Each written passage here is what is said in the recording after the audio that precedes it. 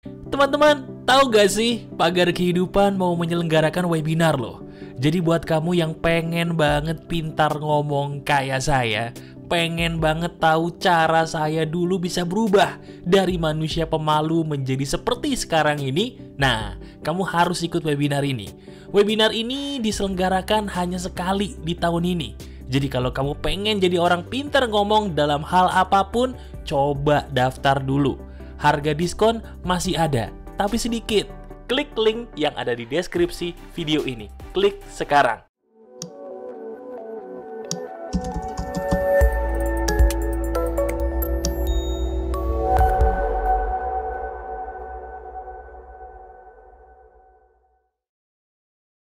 Halo teman-teman, ada saya kembali Aryan Surya, sahabat baik kamu dari Pagar Kehidupan.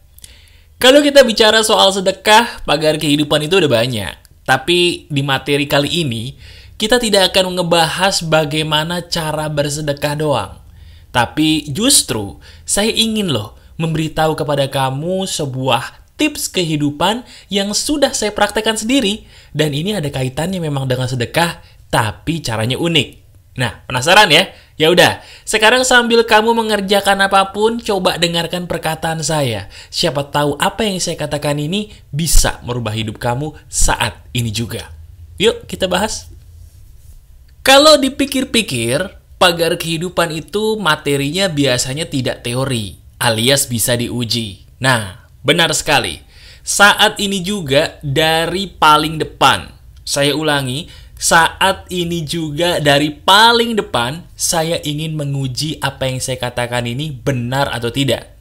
Jadi saya minta tolong bantuan kamu ya. Sambil saya berbicara, tolong bantu uji dengan pikiranmu dulu lah. Bagaimana perkataan saya ini? Masuk akal atau tidak? Dan bisa nggak saya praktekin dalam kehidupan saya? Nih, saya kasih tahu ya.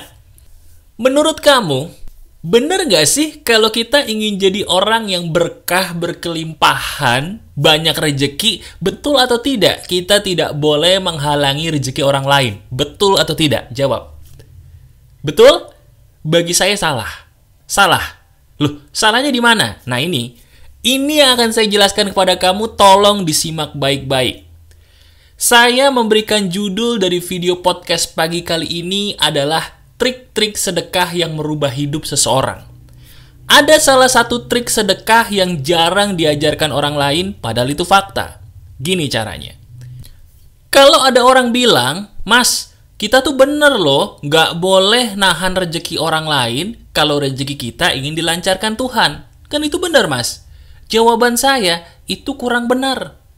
Yang benar dan bisa langsung kamu uji kebenarannya adalah kalau kita ingin hidupnya penuh dengan kebahagiaan dan keberkahan, rezekinya lancar, nomor 1, jangan cuman berhenti menghalangi rezeki manusia. Tapi berhentilah juga menghalangi semua rezeki makhluk Tuhan yang lain. Nih, saya kasih contoh. Ini contoh kasus nyata nih. Tolong kamu pecahkan baik-baik sesuai dengan kenyataan. Diri kamu lagi ada makanan. Makanan itu manis, biasanya kayak coklat atau madu. Harusnya makanan ini kamu taruh di dalam kulkas. Tapi celakanya kamu lupa. Apa yang terjadi? Ternyata makanan ini disemutin dong. Dan semutnya tuh banyak banget. Coba, kalau kita jujur, biasanya kalau kejadian ini terjadi, makanan kita disemutin, apa yang kita lakukan? Nah, ini dia kesalahan kita. Kita berpikir bahwa ketika makanan kita disemutin contohnya, itu adalah musibah. Sehingga apa yang biasanya kita lakukan? Betul, biasanya yang kita lakukan adalah membuang makanan tersebut atau justru menyemprotnya supaya semut-semut itu pada mati sampai hilang. Coba jujur deh, menurut kamu itu kan yang biasanya kita lakukan? Sekarang sih mau tanya dong. Iya, kira-kira itu semut-semut salah apa sih? Kok sampai harus dibunuh? Kira-kira itu semut salah apa kok sampai harus rezekinya dibuang sama kita? Nah itu dia maksud saya. Kalau kita punya makanan disemutin, itu berarti rezeki dia sudah diatur oleh Tuhan untuk hari itu. Jangan diutak-atik. Nanti ketika semut itu sudah pada kenyang, dia akan pergi sendiri kok. Di saat makanannya sudah tidak ada semutnya lagi, baru kita buang. Itu loh. Itu cara yang harus kita lakukan dalam rangka melancarkan rezeki kita sendiri. Jangan pernah memusnahkan rezeki makhluk-makhluk Tuhan yang lain. Masuk akal nggak? Masuk akal kan? Coba kalau nggak percaya, saya bilang uji. Diuji aja nih omongan saya. Betul nggak sih kalau semut udah kenyang pada pergi sendiri? Coba, ketika diri kamu punya makanan disemutin, diemin aja. Lama-lama semutnya hilang kok. Coba, semut itu juga nggak pengen ngerecokin kita. Dia itu cuma pengen makan. Itu aja. Ketika dia kenyang, dia akan pergi. Di saat itu, baru kita buang apa yang harusnya kita buang tadi. Tanpa merecoki makhluk-makhluk tersebut. Jelas ya? Nah, itu belum selesai. Kita tadi sudah sepakat bahwa ternyata benar mas, setelah saya pikir-pikir, kita bukan hanya tidak boleh menghalangi rezeki manusia ya mas, tapi kita juga tidak boleh menghalangi rezeki makhluk-makhluk Tuhan yang lain, bahkan untuk seekor semut. Betul. Setelah itu apa lagi mas? Sebuah trik unik dalam bersedekah yang seizin Tuhan bisa merubah hidup saya. Yang berikutnya adalah perhatikan kualitas pemberian kamu. Saya ulangi, perhatikan kualitas pemberian kita. Sekarang coba, lihat. Sekarang juga lihat hidup kita sendiri. Ada masalah nggak? Kalau ada masalah, besar atau enggak? Sekarang lucu nggak sih kalau kita pengen ditolong oleh Yang Maha Kuasa? Masalah kita besar, tapi kita kok nolongin orangnya sedikit. Lucu gak? Lucu bagi saya. Kalau kita ingin ditolong dengan pertolongan yang besar, tolong dulu makhluk lain dengan pertolongan yang besar juga. Masuk akal kan?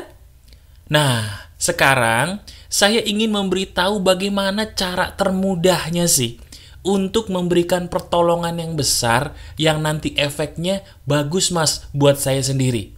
Gini caranya. Trik sedekah ini saya beri nama dengan trik sedekah ganjil. Apa? Trik sedekah ganjil. Artinya, coba setiap hari kamu bersedekahlah dengan jumlah yang ganjil. Jumlah yang ganjil itu bukan uangnya, bukan. Tapi seberapa kali kamu di hari ini melakukannya, itu harus dalam hitungan ganjil. Contoh, jangan bersedekah cuma 2 kali. Kalau udah 2 kali, mendingan dibuat menjadi 3 kali. Kalau sedekah 4 kali, cobalah buat jadi 5 kali. Kalau sedekah 6 kali, buatlah jadi 7 kali. Pokoknya sedekahlah secara ganjil di hari ini. Kenapa? Nah, ini ada penjelasan ilmiahnya nih. Ini bukan tahayul, apalagi ngomong doang. Gini penjelasan ilmiahnya. Otak manusia itu akan selalu ngincer titik aman. Betul gak? Otak kita ini sudah didesain oleh Yang Maha Kuasa harus punya kemampuan untuk bertahan hidup. Bahasa Inggrisnya, otak kita itu punya yang namanya kemampuan untuk survival instinct, kemampuan bertahan hidup. Nah, cuman sayangnya kadang-kadang otak kita ini suka lebay, suka berlebihan. Pengen bertahan hidup sih bertahan hidup, tapi bukan berarti pelit juga kali. Ya nggak sih? Nah, ketika manusia disuruh bersedekah, contohnya, dia akan selalu ngincer. Oh ya udah deh, kalau saya sedekah nggak 1 kali, 2 kali aja. Oh ya udahlah sedekah setiap hari mas. Saya nggak sedekah 1 kali kok mas, 2 kali. Kok nggak 3 kali? Mikir dia. Iya ya, kenapa nggak 3 kali? Berat mas, berat mas bagi saya. Nah, suara hatinya ngomong gitu tuh. Tapi kalau dipaksain, manusia akan terbiasa. Orang itu tidak terbiasa bukan karena dia nggak bisa, tapi karena dia tidak mau. Nah, sekarang coba lihat masalah kita apa. Kita punya masalah banyak, atau mungkin kita rezekinya pengen ditingkatin sama Allah, sama Tuhan. Bagus. Sekarang sedekah sesuai dengan kemauan kita. Kalau kemauan kita besar, minimal sedekahlah 5 kali sehari. Ini kalau bagi yang muslim ya, supaya nggak lupa. Sedekahlah setelah kamu sholat fardu, setelah sholat subuh. setelah sholat zuhur, setelah sholat asar, maghrib, isya. 5 kali kan tuh? Nah, lakukan itu setiap hari, lihat waktunya dalam 1 bulan. Dalam sebulan kalau nggak ada perkembangan dalam hidup kamu, nggak usah dengar pagar kehidupan lagi. Dah, betul ya. Minimal kalau hidup kita pengen gebiar perkembangannya, perbedaannya, minimal kalau bagi saya, sedekahlah setiap hari 5 kali. Bukan 4, bukan 6, minimal 5.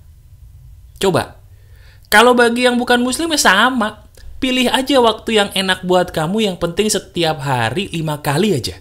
Mas, kalau 1 kali aja boleh nggak mas? Kan ganjil. Boleh, tapi ya otomatis apa yang kembali kepada kamu tidak sehebat kalau 5 kali sehari. Ini kan saya menawarkan sesuatu hal yang bisa membuat hidup kamu tuh kerasa perbedaannya gitu loh. Percuma kamu nonton video pagar kehidupan, kalau setelah kamu subscribe itu hidupnya nggak ada bedanya, tuh percuma. Iya kan? Harus ada bedanya dong. Sebelum kamu ketemu saya, sama sesudah. Nah, supaya ada bedanya gimana? 5 kali. Coba. Sambil kamu tidak menahan rezeki makhluk lain seperti yang saya ajarkan tadi di depan, sekarang sedekahlah minimal 5 kali sehari. Jumlahnya bebas, yang penting objek sedekahnya berbeda-beda. Biar gampang, saya kasih tahu ya, ini biar gampang. Pakai aplikasi sedekah. Boleh yang ada di internet atau yang ada di handphone tuh. Kalau di handphone contohnya ada Kitabisa.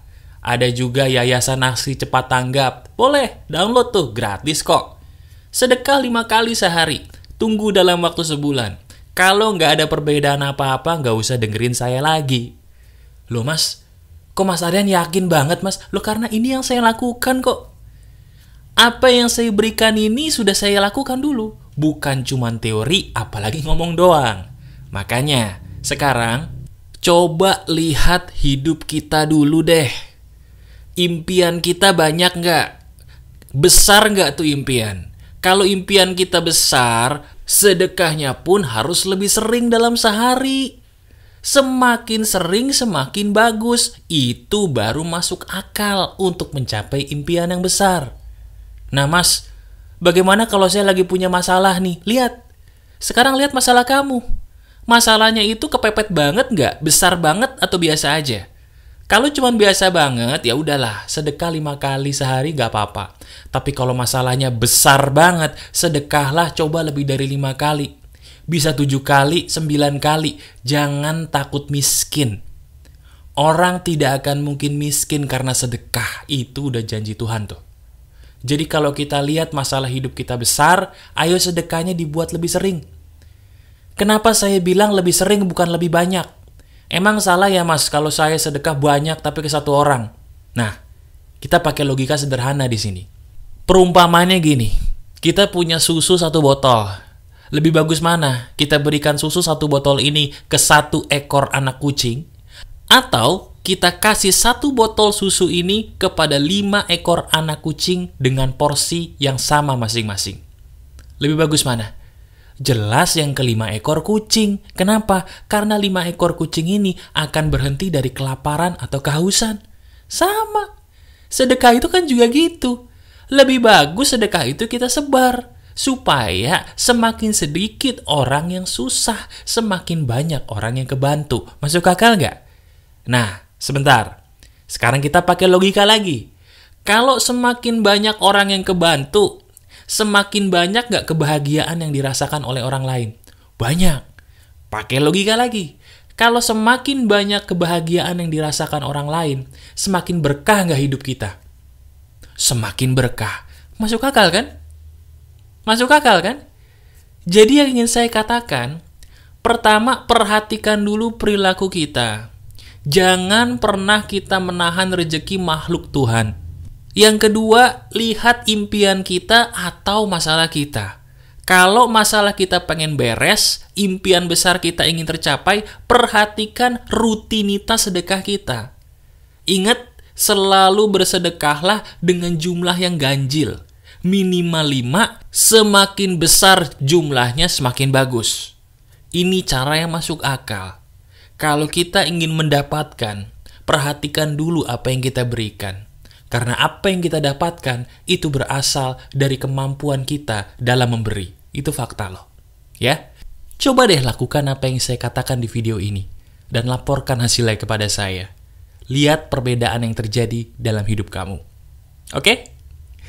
Masih ada saya, Aryan Surya, sahabat baik kamu selalu dari Pagar Kehidupan.